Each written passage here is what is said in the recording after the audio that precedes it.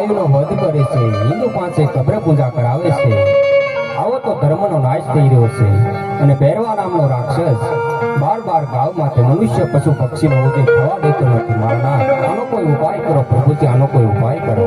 અરે આ વખતે રેસડીઓ વખતે સુધી આત્મા રે બોલ કરે તે બોલ કે મારા નામ માં નાસ્તો અવશ્ય માર તમારા સવાર સમય આવી ગયો વક્તા. હા પ્રભુજી, હું કહું ને તમે સાંભળો.